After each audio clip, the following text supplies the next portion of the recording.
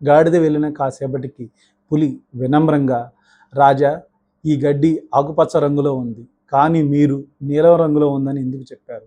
పైగా నాకు శిక్ష కూడా విధించారు, ఎందుకు ఇలా చేశారు అని మొరపెట్టుకుంది సింహంతో. వెంటనే సింహం ఇలా బదులిచ్చింది, పులి, నీలాగా తెలివైన వాళ్ళు, ధైర్యవంతులు, మీకు సమానమైన వాళ్ళతో మాత్రమే వాదన చేయాలి. గాడిద లాంటి వాళ్ళతో ఇలాంటి వాదన చేస్తే నీ సమయం వృధా అవుతుంది. అలాగే నా సమయం కూడా ఇలాంటి పంచాయతీలకి సమాధానం చెప్తూ వృధా అవుతుంది అంటూ పులికి చురకలంటించింది.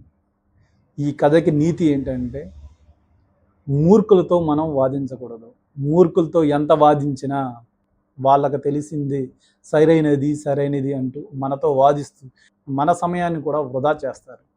కాబట్టి మూర్ఖులకు దూరంగా ఉండండి. అజ్ఞానం, ద్వేషం, క్రోధం వంటి వాటితో కళ్ళు మూసుకొని అందులైన వారితో మనం ఎంత వాదించినా, మనం ఎన్ని ఆధారాలు సమర్పించినా వాళ్ళు వాటిని సరైనదిగా భావించకుండా గాడిదలాగే మనతో వితండవాదం చేస్తూ ఉంటారు. అలా అజ్ఞానంతో మాట్లాడే మూర్ఖులతో నిశ్శబ్దంగా, మౌనంగా ఉండడమే తెలివైన వాళ్ళు చేయవలసిన పని. Thanks for watching this video.